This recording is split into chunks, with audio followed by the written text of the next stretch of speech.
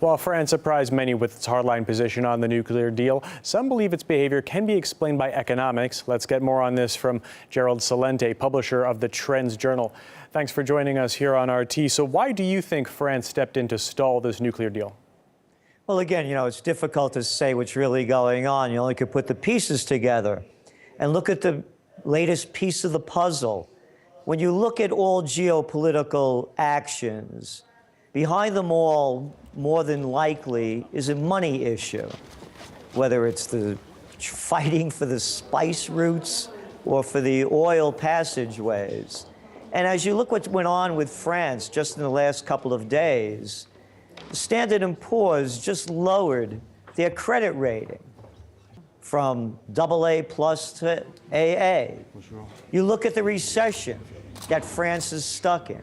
You look at the problems that they're having. And as the reporter just announced or mentioned, that France does a lot of business and wants to continue to do more business with the Arab states, particularly the Saudis, in selling them weapons. And of course, they have a long history, as they did during the Iraq-Iran war, of supplying weapons in those days to Iraq via the Arab nations, the Sunni nations, who look upon Iran, Shia Iran, as a mortal enemy. So I think a lot of this has to do with money and power as well. Now, what about French influence in the Middle East, including in Iran, where they do still have some business there? Do you think that would suffer as a result of if this deal is reached with Tehran?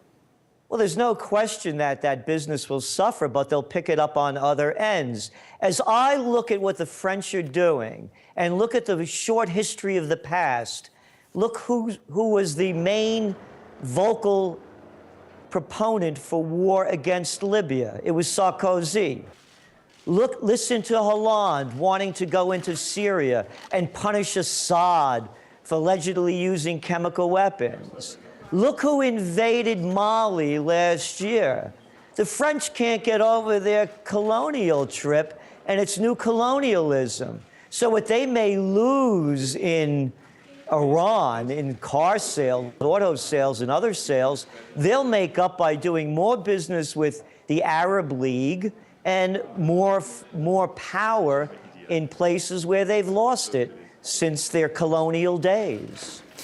France and Israel share some common ground regarding the Geneva talks on Iran's nuclear program.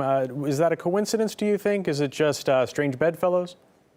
They're not strange bedfellows at all. As I said, there's money behind the deal. And we really don't know all the ramifications of who's doing what or promising which. But I have to tell you, as an American citizen, I am outraged at having Benjamin Netanyahu, the Prime Minister of Israel, hitting the American airwaves at any time that he wants and telling American people what we must do and what we must believe.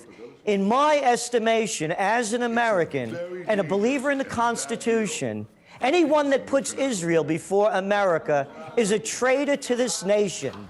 And as I see it, with Netanyahu making the rounds around Congress and the power that they're pushing on them to stall these peace talks with Iran to disassemble their nuclear armament, their nuclear program, so that they do not have nuclear armaments, which, by the way, the CIA and other agencies says they're not working toward.